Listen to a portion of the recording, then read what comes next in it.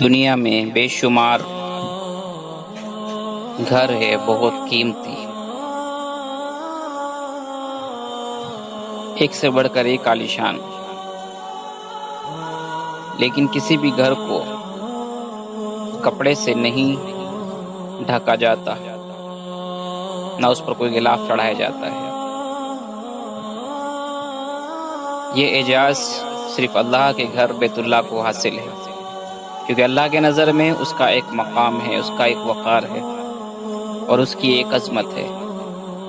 اسی طرح سے دنیا میں بے شمار کتابیں ہیں، جس میں مذہبی کتابیں بھی ہیں اور دنیاوی علوم کی بھی کتابیں ہیں، لیکن کبھی کسی کتاب کو غلاف نہیں چڑھایا جاتا، اس کو کپڑے سے نہیں ڈھانپا جاتا، سوائے کتاب اللہ کے یعنی قرآن مجید کے، کیونکہ قرآن کریم کی ایک عظمت ہے، اللہ کے نظر میں اس کا ایک وقار ہے اور اہل ایمان کے نظر میں بھی اس کی ایک قدر و قیمت ہے۔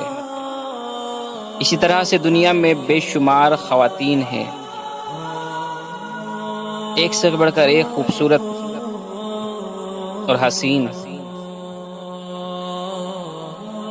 لیکن اللہ کے نظر میں اہل ایمان خواتین کی قدر و قیمت ہے، اس لیے انہیں غلاف سے ڈھانکا جاتا ہے، یعنی کہ ان کے لیے پردے کا حکم ہے، کیونکہ ان کے لیے اللہ کے نظر میں ایک مقام ہے، ان کا ایک وقار ہے، ان کی ایک عظمت ہے۔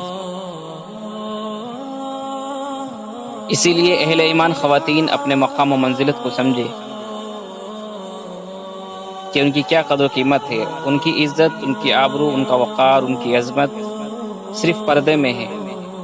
لیکن ایک چیز کا خیال رکھیں کہ اسلام میں پردے کا حکم ہے، برقعے کا نہیں۔ پردے اور برقعے میں کیا فرق ہے؟ برقع جس طرح سے ہمارے ہاں پہنا جاتا ہے تو اس میں پردے کے جو اصول ہے یا پردے کے جو احکام ہے وہ مکمل نہیں ہو پاتے، فینسی ڈیزائننگ۔ پردے کا حکم یہ ہے کہ خواتین اپنے جسم کو ڈھانپے، لیکن جو برقع ہمارے یہاں پہنا جاتا ہے وہ اس قدر ٹائٹ ہوتا ہے یا پھر اس طرح سے اس کی فٹنگ ہوتی ہے کہ جو چیز چھپانے کی ہوتی ہے وہ بظاہر خود ہی دکھائی دیتی ہے، مکمل فگر اس میں نظر آتا ہے۔ لہذا اسلام میں پردے کا حکم ہے، نہ کہ برقعے کا۔ برقع اگر ہو تو اتنا لوز ہو کہ اس میں جسم اور اس کی جو فگرز ہے وہ ظاہر نہ ہو۔ اب چونکہ بات پردے کی ہوئی ہے تو پردے کے لیے بھی دھیان رکھنا ضروری ہے کہ صرف ایسا نہیں کہ پردے کا حکم خواتین کے لیے ہے۔ قرآن کریم میں جہاں خواتین کے لیے پردے کا حکم آیا ہے، اس سے پہلے مردوں کے لیے حکم آیا ہے کہ وہ پردہ کرے۔